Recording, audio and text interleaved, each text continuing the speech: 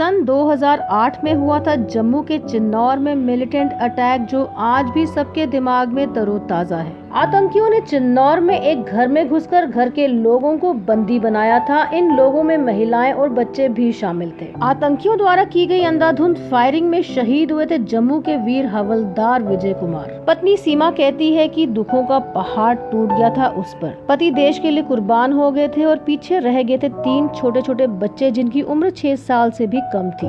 उस वक्त बेटी है जो बड़ी, वो तो कोई 6 साल की थी, तो दूसरा कोई 5 साल का, तो जो छोटा बेटा है वो कोई 8 महीने का था। उस दिन को याद कर शहीद की पत्नी और माता भावुक हो गए और इतने सालों बाद भी आंखों से आंसू छलक आए। वीर माता अपने जांबाज बेटे को याद कर कहती है कि बचपन से ही उन्हें एक जुनून था फौज में जाने का। बचपन पुत्रा उनका बड़ा अच्छा था, हमारे साथ साथ ही रहा। वो बोलता मैंने फौज में ही जाना है। हमने उसको बहुत बार रोका, नहीं जाना। उसके डैडी फौज में था ना, वो साथ साथ ही रहता था।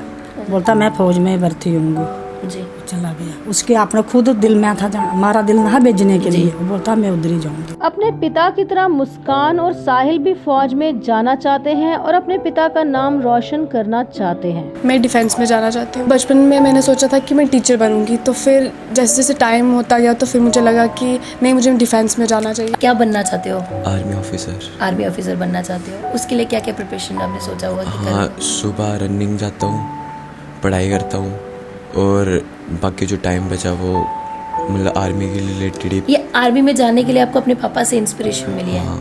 तो मम्मा क्या बोलते हैं कि जाओ? हाँ, मम्मा भी सपोर्ट करते हैं।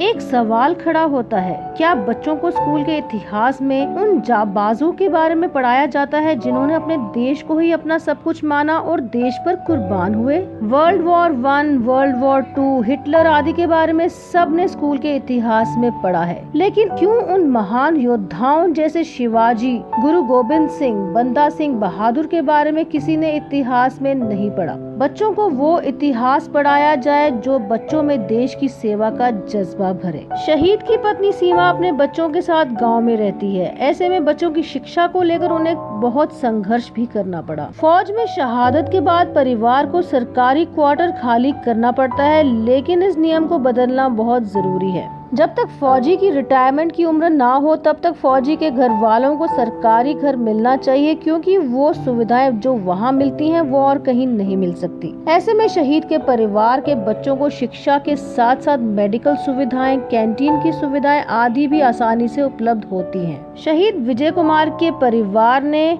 उनकी याद में मेमोरियल बनाया। मेमोरियल के लिए जमीन तो उनको मिल गई, लेकिन मेमोरियल बनाने का सारा खर्चा उन्हें खुद ही करना पड़ा। फिर एक सवाल समाज से, क्यों मेमोरियल गांव के सरपंच, गांव वाले, एमएलए, लीडर सब मिलकर नहीं बनाते? क्यों उसी परिवार को बनाना पड़ता है जिसके घर का चिराग बुझा हो? सरकार द्वारा फौजी के बच्चों के लिए बहुत सारी स्कीमें चलाई गई हैं, लेकिन कई बार फौजी के परिवार को इन स्कीमों की जानकारी नहीं होती। जिला सैनिक वेलफेयर बोर्ड का काम है इन स्कीमों के बारे में परिवारों को अवगत कराना। ऐसे में शहीद के परिवार वालों को चाहिए कि वो समय समय पर जिला सैनिक वेलफेयर में जाएं और इन स्कीमों की जानकारी लें और लाभ उठाएं। इसके अलावा जिला सैनिक वेलफेयर द्वारा ट्रेनिंग एकेडमी भी खोली जाएगी, जिसमें फौजी के बच्चों को एनडीए, IMA जैसी ट्रेनिंग्स भी दी जाएंगी। हमारा समाज से भी अनुरोध है कि वो खुलकर आएं और शहीद के परिवार को सशक्त करने में उसकी मदद करें।